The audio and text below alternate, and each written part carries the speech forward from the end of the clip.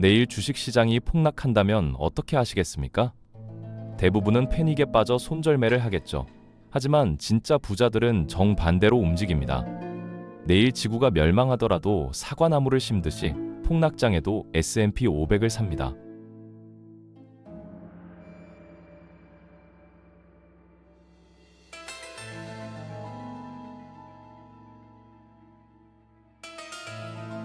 코인 급등주 문자에 흔들리며 대박을 꿈꾸는 사람들, 결국 제자리 걸음이거나 손실만 보고 끝나는 경우가 태반입니다.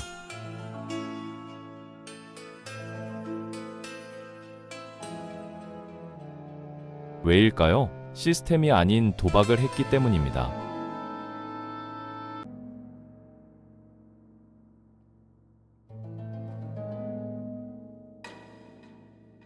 오늘 소개할 방법은 지난 100년간 검증된 월급을 자본소득으로 바꾸는 가장 강력한 부의 증식 시스템입니다. 이 영상 하나로 여러분은 평생 출근하지 않아도 되는 명확한 은퇴 금액을 알게 될 겁니다.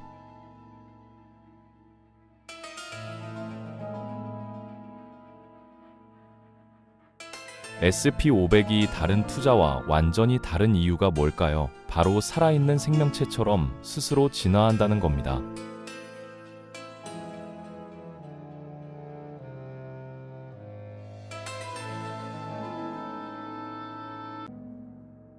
(500개) 기업 리스트가 고정되어 있다고 생각하시면 큰 오산입니다.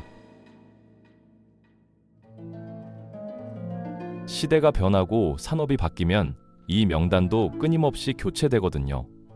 100년 전만 해도 S&P 500은 철도 회사와 석유 회사로 가득했습니다.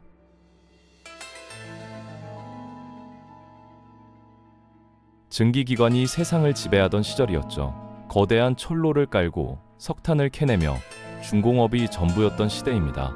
하지만 지금은 어떻습니까? 빅테크 기업들이 그 자리를 완전히 차지했습니다.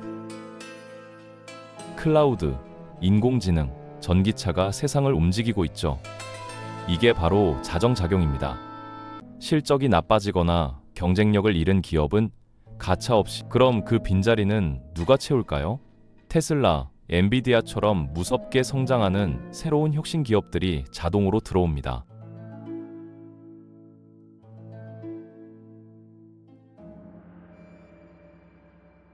여러분이 아무것도 안 해도 잠자는 동안에도 지수위원회가 알아서 썩은 과일은 버리고 싱싱한 과일로 채워넣는 겁니다.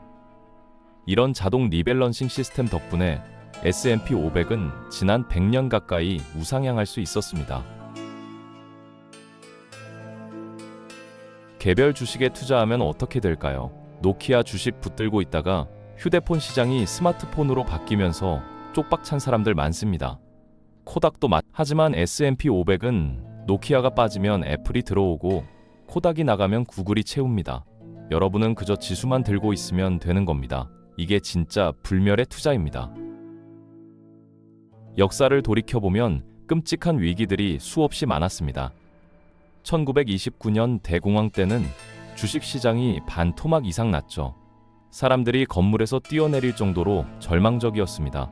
거리에는 실업자들이 넘쳐났고 은행들이 줄줄이 문을 닫았습니다. 2차 세계대전이 터졌을 때는 전 세계가 폐허가 됐고요. 도시들이 폭격으로 초토화됐고 수천만 명이 목숨을 잃었습니다. 1970년대 오일 쇼크, 2000년 닷컴 버블이 터지면서 IT 기업들이 줄줄이 무너졌습니다. 하루아침에 수조 원이 증발했고 투자자들은 패닉에 빠졌죠.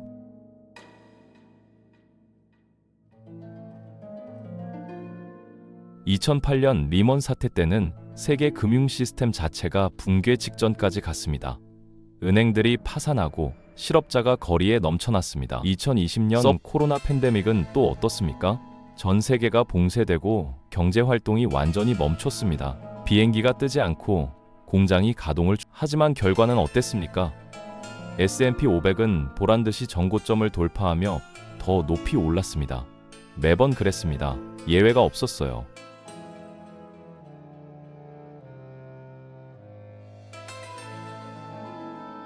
왜 그럴까요? 자본주의 시스템은 위기를 통해 오히려 강해지기 때문입니다.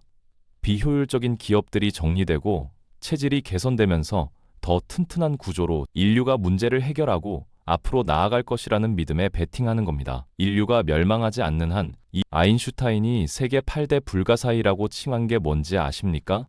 바로 복리입니다. 이게 S&P 500 시스템을 가동하는 핵심 엔진이거든요. 한 가지 질문을 드려보겠습니다. 지금 당장 10억 원을 받는 것과 오늘 100원으로 시작해서 매일 2배씩 늘어나는 돈을 30일 동안 받는 것 중 어느 게 나을까요? 대부분은 10억 원을 선택합니다. 확실하니까요. 하지만 계산해 30일 뒤에는 약 530억 원이 됩니다. 10억의 50배가 넘는 금액이죠. 이게 바로 복리의 마법입니다. 투자 초기에는 정말 미미합니다. 지루하고 답답하죠. 100만 원 넣었는데 한 달 뒤에 105만 원 되는 걸 보면 허탈합니다. 이게 뭐야? 싶거든요.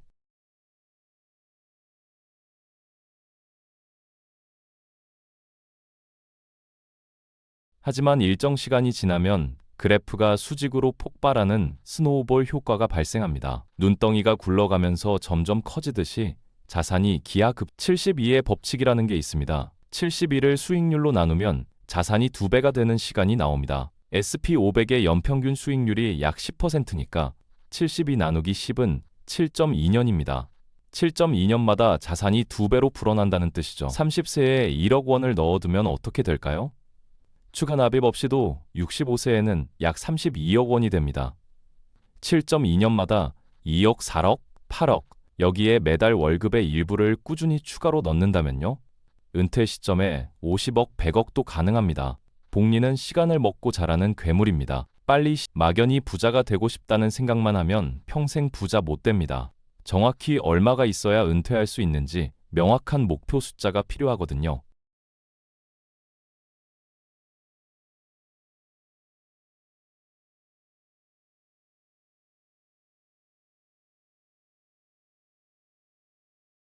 (1998년) 미국 트리니티 대학에서 흥미로운 연구를 했습니다. 은퇴자가 주식과 채권으로 구성된 포트폴리오에서 매년 초기 자산의 4%씩만 인출하면 어떻게 될까? 30년 동안 돈이 바닥날 확률을 계산, 결과는 충격적이었습니다. 자산 고갈 확률이 거의 0%였습니다. 오히려 30년 뒤에 원금이 투자 수익으로 인해 더 불어나 있는 경우가 압도적으로 많았어요. 이게 무슨 의미일까요? 자산이 벌어들이는 수익이 은퇴자의 생활비와 물가 상승률을 감당하고도 남는다는 겁니다. 돈이 돈을 벌어주는 거죠. 이게 바로 유명한 4% 룰입니다. 이 공식을 역산하면 경제적 자유를 위한 졸업 금액이 나옵니다. 연간 생활비의 25배를 모으면 됩니다. 왜 25배냐고요? 4%의 역수가 25니까요. 100을 4로 나누면 25가 나오는 것처럼 예를 들어볼까요? 1년에 4천만 원을 쓴다면 4천만 원 곱하기 25는 10억 원입니다. 10억 원만 모으면 매년 4%인 4천만 원을 인출해서 생활할 수 있고 원금 10억은 그대로 유지되거나 오히려 더 불어나는 겁니다. 이게 바로 자본소득으로 사는 삶입니다. 월급 없이도 배당금과 투자 수익만으로 평생 먹고 살 수 있는 구조죠. 목표가 명확해지면 뇌가 움직이기 시작합니다. 어떻게든 그 숫자를 채우려고 구체적인 행동을 하게 되거든요.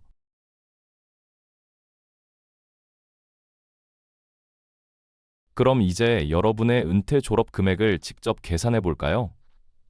공식은 간단합니다. 연간 생활비에 25를 곱하면 됩니다. 먼저 케이스별로 알뜰형입니다. 한 달에 200만 원 정도 쓰면서 사는 분들이죠. 연간으로 따지면 2,400만 원입니다. 두 번째는 여유로운 중산층형입니다. 한 달에 400만 원 정도 쓰면서 사는 경우죠. 연간 4,800원이니까 곱하기 25 하면 12억 원입니다. 12억 원이 있으면 매년 4,800만 원씩 쓰면서도 원금은 세 번째는 럭셔리 라이프형입니다. 한 달에 1,000만 원씩 쓰고 싶다? 그럼 연간 1억 2천만 원. 중요한 건 이겁니다. 이 금액이 달성되는 순간 원금을 건드리지 않고 배당금과 수익금만으로 평생 생활할 수 있다. 더 이상 출근할 필요가 없습니다. 상사 눈치 볼 필요도 없고요. 하고 싶은 일만 하면서 살 수 있는 겁니다.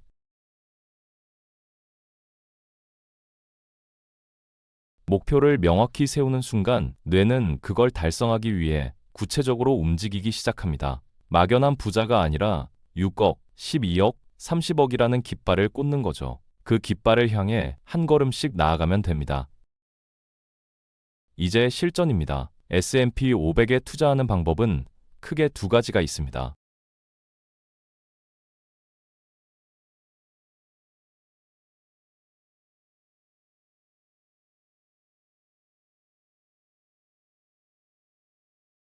미국 ETF를 직접 사는 해외 직구 방식과 한국에 상장된 ETF를 사는 국내 매수 방식이죠.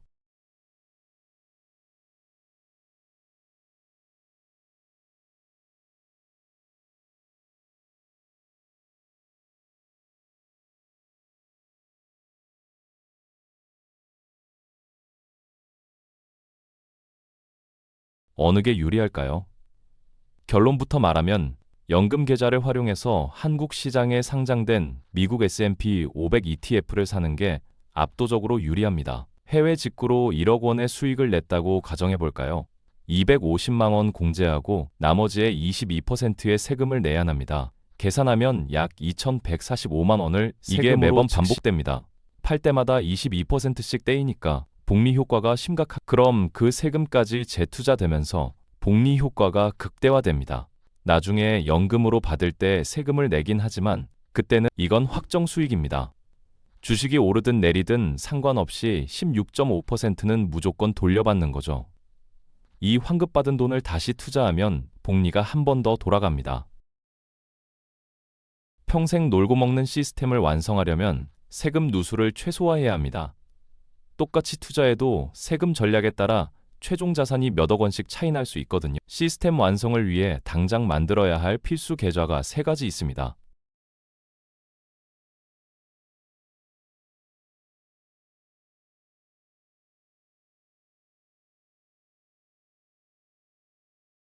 연금저축펀드, IRP, 중개형 ISA죠. 이 세 개를 3단 합체 로봇이라고 부르겠습니다. 하나씩 설명드릴게요. 1단계는 연금저축펀드입니다. 누구나 가입할 수 있고 1년에 최대 600만 원까지 넣을 수 있습니다. 연말정산 때 최대 16.5%를 환급받죠. 600만 원, 이건 확정 수익입니다. 주식 안 해도 16.5%는 무조건 벌고 시작하는 겁니다. 이 환급받은 돈을 다시 투자하면 복리가 돌아가죠. 2단계는 IRP입니다. 소득이 있는 사람만 가입 가능하고 연금저축펀드와 합쳐서 1년에 최대 1,800만 원까지 넣을 수 있습니다. 연금저축펀드로 600만 원 채워서 IRP는 퇴직금을 받을 때도 여기로 들어오니까 노후 자금을 강제로 묶어두는 효과가 있습니다. 충동적으로 돈 빼서 쓸 일이 없어지는 겁니다.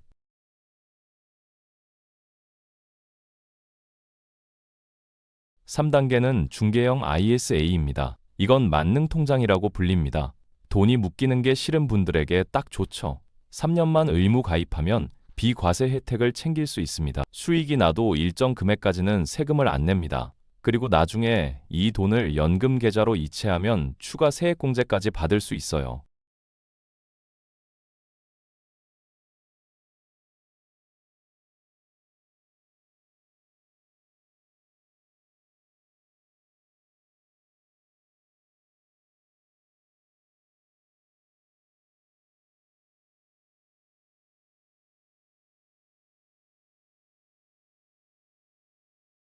이 세 계좌에서 뭘 사야 할까요? 국내 운용사의 미국 S&P 500 ETF를 사면 됩니다. 에이스, 타이거, 소울 같은 이름이 붙은 상품들이죠. 이것들이 바로 여러분의 자산을 불려줄 핵심 무기입니다.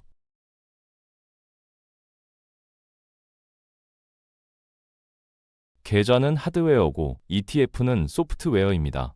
이 둘을 결합하면 평생 돈 버는 시스템이 완성됩니다.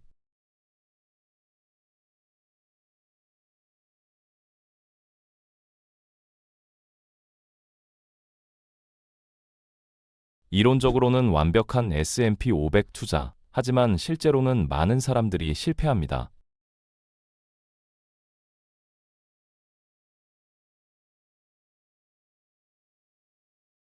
왜일까요?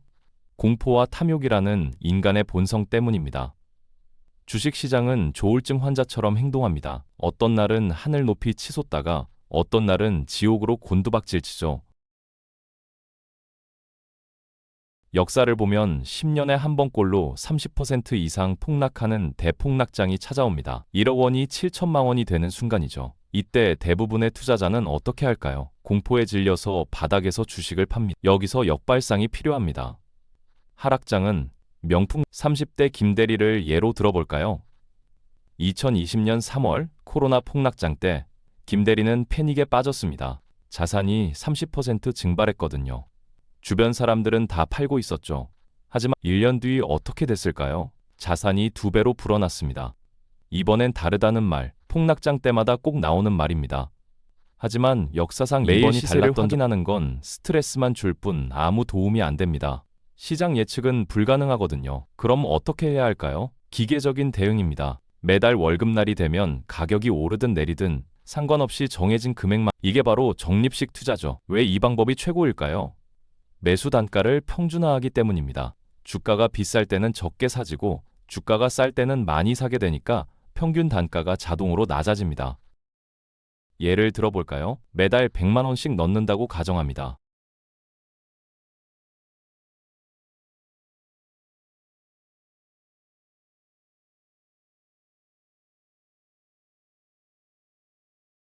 이번 달에 주가가 10만 원이면 10주를 삽니다. 다음 달에 주가가 5만 원으로 떨어지면 20주를 사죠. 그 다음 달에 다시 10만 원으로 오르면 10주를 삽니다. 평균 단가는 7만 5천 원이 되죠.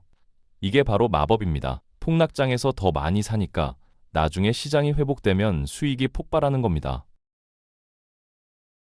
은퇴 후에는 어떻게 해야 할까요? 자금 인출 전략이 필요합니다. 시장 상황에 따라 정액 인출과 정률 인출을 유연하게 병행해야 하죠. 시장이 좋을 때는 주식을 팔아서 생활비를 충당합니다. 하지만 폭락장에서 생활비 때문에 폭락장이 오면 이 현금 쿠션을 쓰면서 시장 회복을 기다리는 거죠. 주식을 안 팔아도 되니까 멘탈이 지켜집니다. 시장이 다시 회복되면 그때 주식을 팔아서 현금 쿠션을 다시 채워 넣으면 됩니다. 이게 바로 방패입니다. 파이어족이 된다는 건 단순히 노는 게 아닙니다. 생계를 위해 억지로 하는 노동에서 벗어나 진정으로 하고 싶은 일을 할 자유를 얻는 겁니다. 돈은 시스템이 벌어주게 하고 자신은 그림을 그리든 글을 쓰든 가슴 뛰는 일을 하면서 삶을 즐기는 거죠. 어떤 분들은 말합니다. 주식은 위험해. 그럴 수 있습니다. 하지만 누군가는 오늘 당장 계좌를 개설하고 투자를 시작할 겁니다. 오늘 심은 작은 씨앗 하나가 10년, 20년 뒤 가족을 편안하게 해줄 거대한 나무가 될 겁니다. 나무를 심기에 가장 좋은 시기는 20년 전이었습니다. 두 번째로 좋은 시기는 바로 오늘입니다.